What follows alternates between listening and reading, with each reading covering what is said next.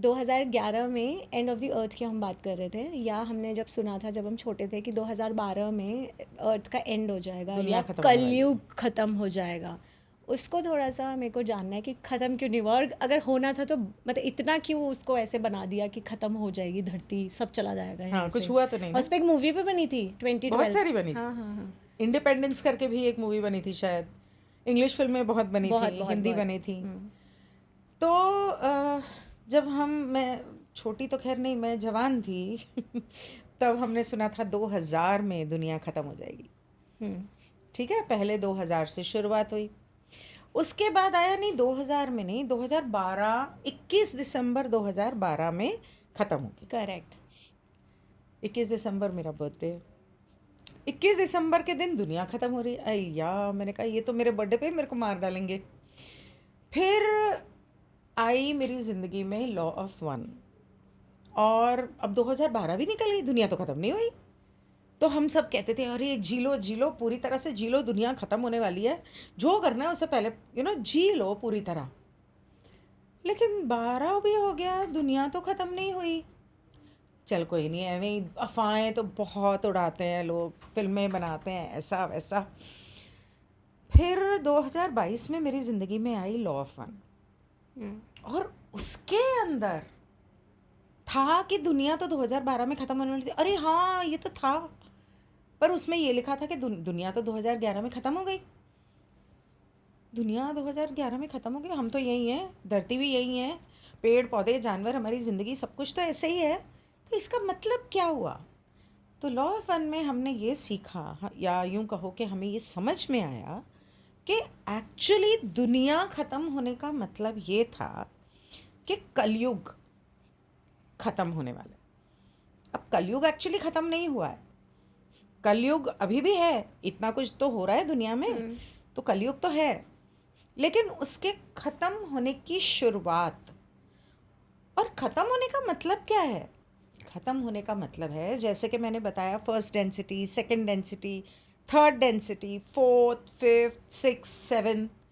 कहा जाता है ना हमारे वेदों में, कितनी बार सुना होगा, सातवें आसमान पे। दैट इज़ नॉट सातवां आसमान, that is the seventh density, जिसमें स्वर्ग है या भगवान है। वो सेवेंथ डायमेंशंस हैं जहाँ पर ये सारे लाइट बीइंग्स होते हैं। जैसे धरती के ऊपर 7 मतलब डायमेंशंस जो हैं या डेंसिटीज़ जो हैं, वो थर्ड के ऊपर फोर्थ, फिफ्थ, सिक्स, सेवन्थ है, वो एक ऑक्टेव ख़त्म होता है। सेवन्थ के बाद फिर 1 2 3 4 5 6 7 शुरू हो जाता है। इसी तरह इसके नीचे भी 7 जो है हमारे हिंदू वेदों में या उपनिषदों में, जब पाताल की बात करते हैं या शैतान या असुर की बात करते हैं, तो वो देवलोक है, ये असुर लोक है। ठीक है, तो पाताल, असुरलोक, देवलोक, भगवान, देव और भगवान अलग होते हैं। आप फोर्थ, फिफ्थ, सिक्स्थ में आप फिफ्थ और सिक्स्थ में आप देवताओं की श्रेणी में आने शुरू हो जाते हो। सेवेंथ में आप देवताओं से थोड़ा ज़्यादा, भगवान से थोड़ा कम, या दैट काइंड ऑफ थिंग। सो क्योंकि डायमेंशंस तो और भी बहुत हैं, 64 है शायद ना। 2012 में दुनिया ख़त्म हो गई और हम तो अभी यही हैं, तो वो क्या था? वो ये था कि हमारी धरती जो है, इसके ऊपर इंसानों की या थर्ड डेंसिटी की लाइफ 75,000 साल की थी, और वो 75,000 साल अब ख़त्म हो रहे हैं। तो 2011 में वो एक तरह से ख़त्म हो गए, बट उसमें 100-200 साल का, 500 साल का थोड़ा एक ग्रेस पीरियड होता है। यहाँ से इंसान फोर्थ डेंसिटी में जाएंगे।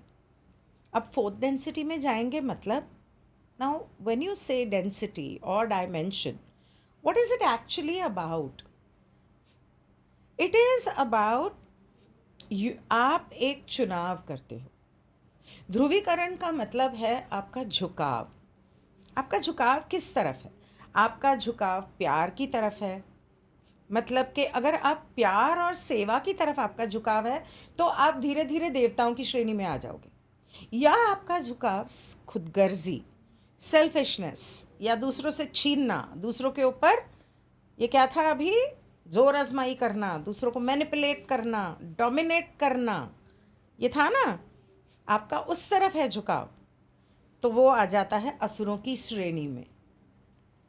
ओके ठीक है। ओके तो असुरों की श्रेणी में तो क्या असुर में मतलब वो नीचे चले जाते हैं? नहीं, थर्ड डेंसिटी में तो आ चुके हैं ना। तो यहाँ से असुरों की श्रेणी भी चौथे पांचवे में जाती है। And with that, we wrap another chapter, but the story isn't over yet. More awaits you in the next video. See you there.